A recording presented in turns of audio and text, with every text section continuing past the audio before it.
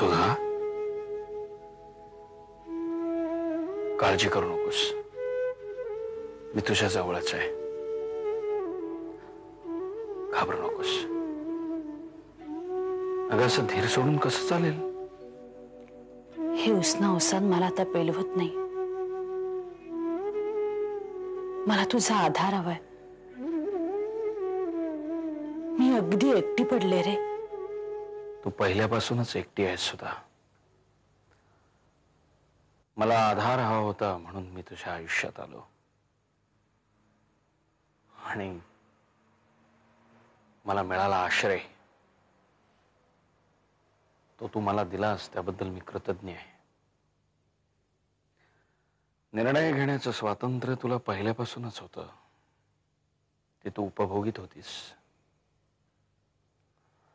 आणि मला मात्र एक कॉपी पाठवून द्यायचीस. ऑफिस फाईलच्या रेकॉर्डला पाठवून देतात ना तशी. गैरसमज, निव्वळ गैरसमज. कोणीतरी निर्णय घेणं आवश्यक होतं. तू निर्णय घ्यायचा टाळायचास, जबाबदारी टाळायचास. सिक्युरिटी मिळाली होती तुला, त्या आनंदात खुश होतास तू. मग नाईलाजानं मला पुढे व्हावं लागलं. पुढे पुढे मी निर्णय घ्यायला लागले. मी निर्णय घ्यायचे आणि तू ते आरामात ऐकायचास. हे मला आवडायला लागलं. चटकच लागली म्हणणार त्याची. हळूहळू सगळं घर माझ्या तालावर चालू लागलं. इतक्या वर्षानंतरही तुझ्यात काहीही फरक पडलेला नाही. होतीस त्यापेक्षा कितीतरी पटीनं अधिक स्वकेंद्रित झाली असती. तुला भार आवडायला लागला. तुझ्या भोवतालचं वर्तुळ खूप संकुचित झालंय सुद्धा. तुझा अभिमान कुरवाळणारे, त्याला खत पाणी घालणारे. हे सगळं मला कळत नाही असं नाहीये. हे सगळं सोडून तुझ्याकडे यायचंय मला. तुझा भक्कम आधार हवाय मला. या सगळ्या शारीरिक मानसिक यातना एकटी सहन करू शकत नाही मी. माझा कॉलेजमधला मित्र शरद परत हवाय मला. आयुष्यातले उरलेले दिवस रात्र तुझ्या सहवासात घालवायचेत मला. तू सांगायचंस आणि निमूटपणे ऐकायचंय मला. नाही म्हणू नकोस. आपल्या प्रेमाची शपथ आहे तुला.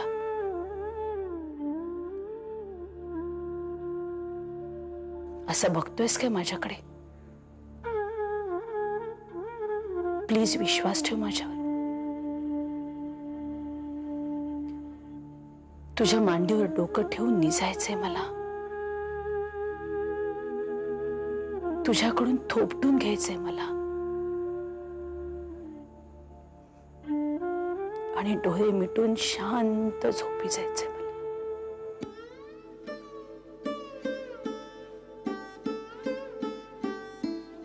शरद, शरद प्लीज जाऊ नकोस. शरद थांब. शरद मला सोडून जाऊ नकोस. शरद.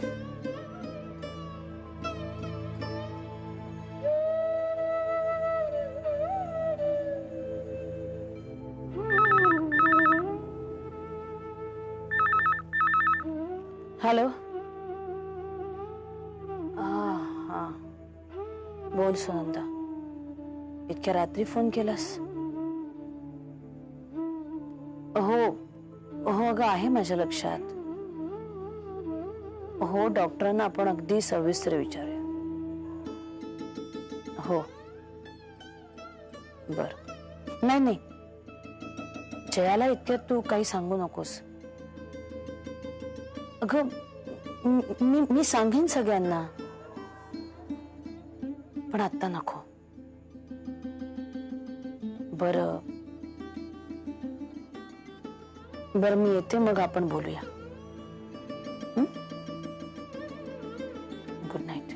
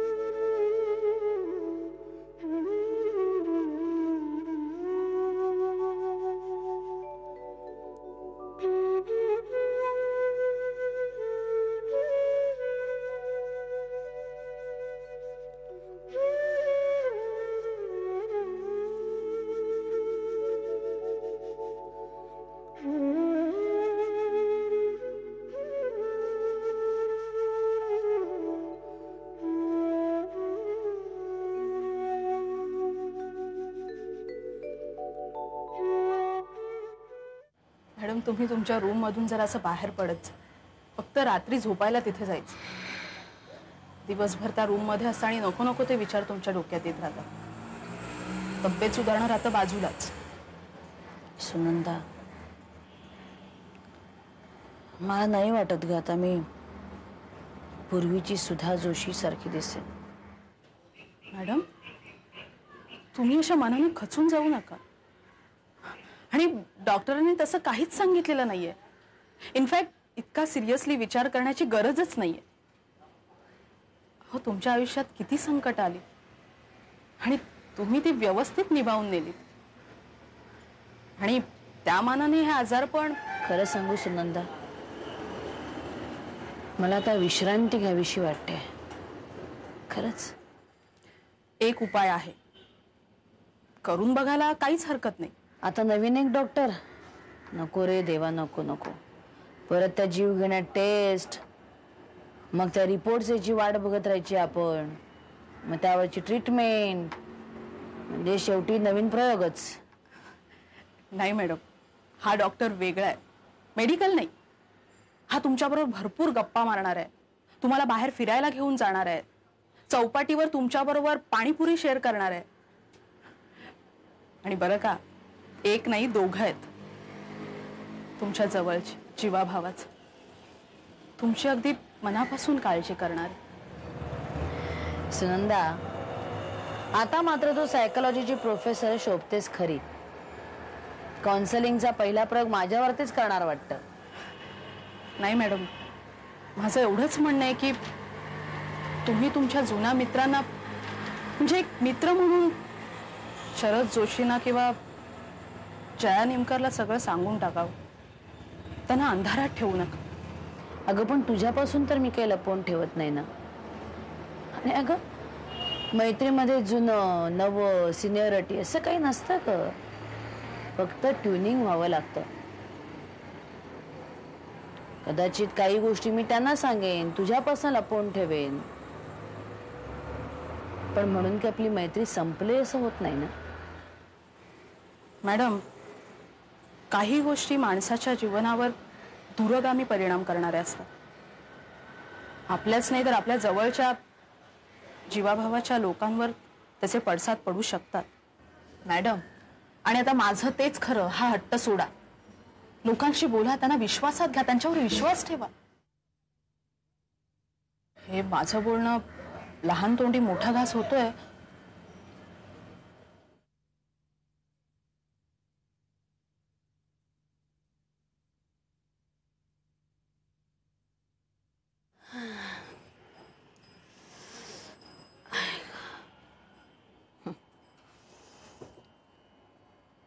सुनंदा, शरद आणि जयाला हे सांगायला काहीच हरकत नाही ग. होईल फक्त एवढंच, दोघेही आपला काम धंदा सोडून माझ्या डोक्याशी अष्टोप्रहर येऊन बसतील. दुखणं अंगावर काढलंस म्हणून मला शिव्याशाप देतील. भोग आता आपल्या कर्माची फळं. सारखं असं काहीतरी बोलत राहतील मला. घरात आणीबाणी जाहीर करतील. आया म्हणू नकोस, नर्स म्हणू नको, डॉक्टर म्हणू नकोस, घराचं नुसतं हॉस्पिटल करून टाकतील. वाव वाव करणारी ॲम्ब्युलन्स सतत घराखाली उभी ठेवतील. आणि हे सगळं करत असताना सतत सतत माझ्या नावाचा उद्धार करतील. थोडं थोडं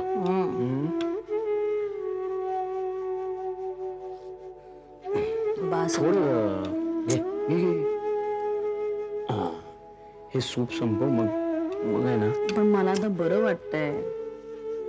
बर, तसं बरंच वाटणार तुला. माझ्याकडून सेवा करून घेताना तुला जोशी आणि गोखले आपापसात बोलले की असंच होणार नाही का. त्यातून आपला जगा वेगळा संसार.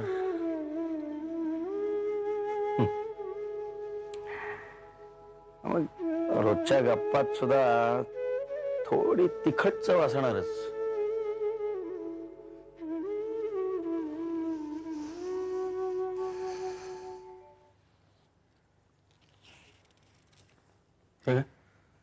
या वयात लव्ह लेटर?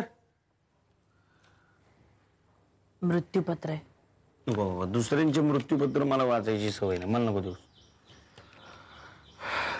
हे मी लिहिलंय.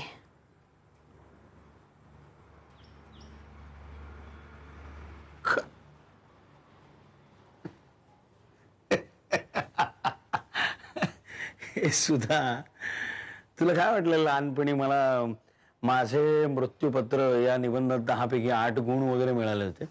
हा, की या मृत्यूपत्र या विषयावर मी PhD केली आहे, की मृत्यूपत्र या विषयावर माझा रिसर्च चाललाय. काय काय वाटलं काय तुला? मग माझ्यापासून सुरुवात करणार रिसर्च करायला. एका हट्टी बाईचं हट्टी मृत्यूपत्र. 2 भाग आहेत. गोखले आणि जोशी.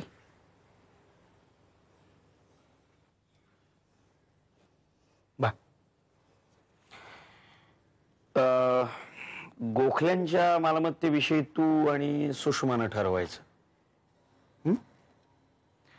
आणि जोशांची जी मालमत्ता आहे त्यात शरद जोशीनं असं काहीच कमावलेलं नाहीये. शरद, आता या विषयावर वाद नकोय प्लीज.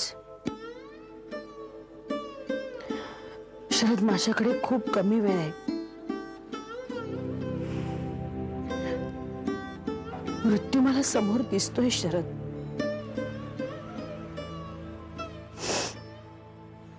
खरं तर खूप काही बोलायचं तुझ्याशी, पण महत्वाचं एकच.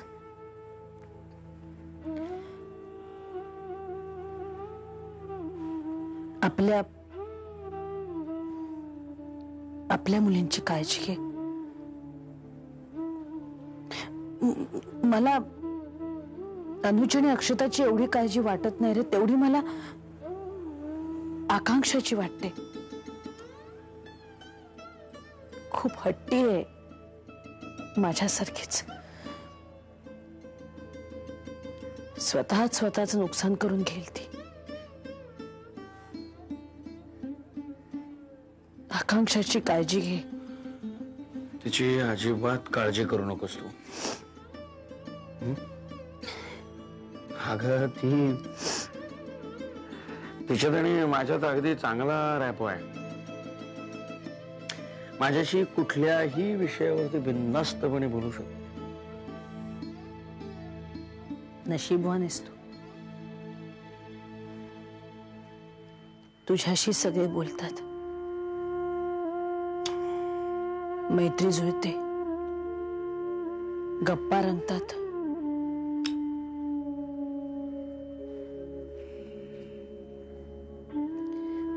माझंच कुठेतरी चुकत असावं.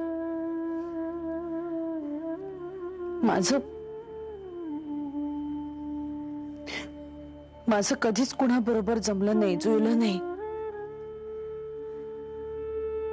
तेच सुधा, हे बघ सुधा, तू अशी निराश होऊ नकोस प्लीज.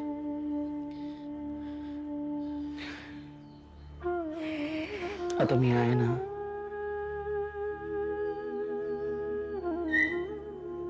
मुलींची अजिबात काळजी करू नकोस आणि मृत्यूचा तर विचारही करायचा नाहीस, कळलं?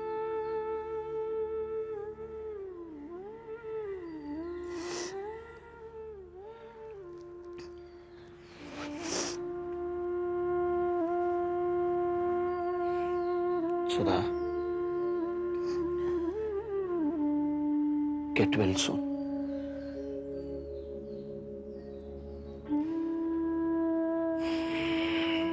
कुलगुरू सुधा जोशी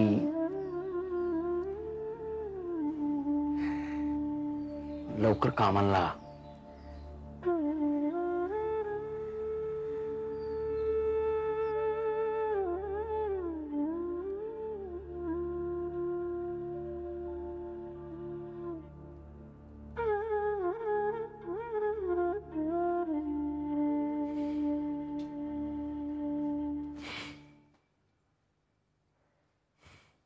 मी मूर्ख म्हणून तुझी इकडे वाट बघत बसले. नाही जमलं यायला. का? कामं होती. इथे सुद्धा महत्वाची मीटिंग होती. हे बघ, माझी सुद्धा महत्वाची मीटिंग होती व्हाईस चान्सलर बरोबर, आणि त्यानंतर 2 मीटिंग्सही होत्या माझ्या. सुधा बरोबर?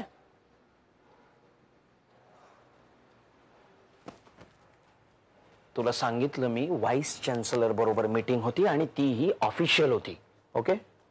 ती मीटिंग केव्हाही होऊ शकते. इथे दिल्लीचे लोक आले होते. Education ministry, union government. शिक्षण आणि शैक्षणिक करिअर यात जे प्रॉब्लेम्स आहेत. काय प्रॉब्लेम आहेत? हु नोज अँड हु केअर्स. आपल्या देशात प्रॉब्लेम आहेत म्हणजे एखादी गोष्ट कळत नाहीये, बास झालं तेवढं. तर त्या प्रॉब्लेमसाठी एक कमिटी स्थापन करायची. चंद्रेश शर्मा त्याचे हेड आहेत. कोण चंद्रेश शर्मा? शिक्षण मंत्र्यांचा पुतण्या आहे. हो, पण काय करतो तो? शिक्षण मंत्र्यांचा पुतण्या आहे. अरे, त्याची ओळख आणि लायकी एकच आहे का? त्या कमिटीवर मला आज तुझी निवड करायची होती. तू? हो. का? कारण मी सुद्धा त्या कमिटीवर आहे.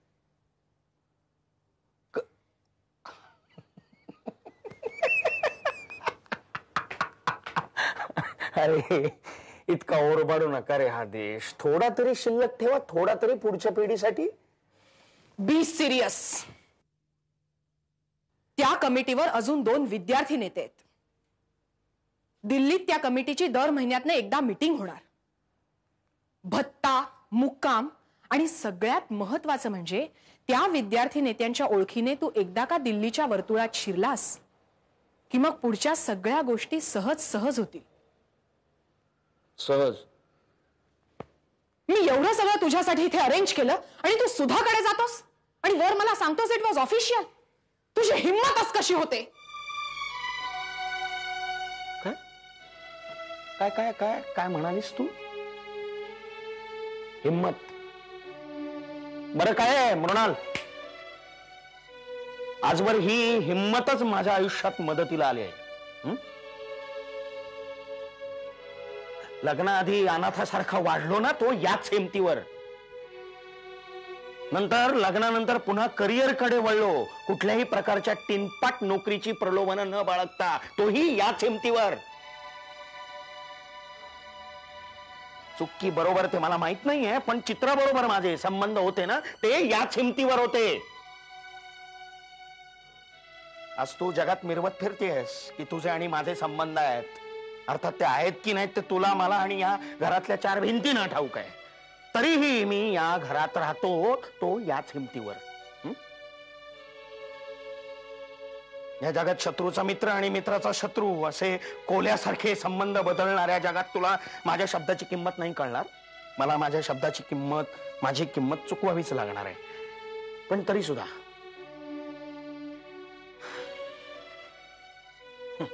राजकारणात एक प्यादं म्हणून मला पुढे पुढे करण्याचा तुझा हेतू होता हे मी पहिल्यापासून ओळखलंय. आणि त्यासाठी तू कुठल्याही थराला जाऊ शकतेस हेही मला ठाऊक आहे. पण तो तुझा वैयक्तिक प्रश्न आहे. पण माझ्या आणि सुधाच्या बाबतीत यापुढे तुझ्या तोंडातून एकही शब्द येता कामा नये. Good night. आणि हो, ही जागा सोडायला मला किती अवधी आहे तेही सांग.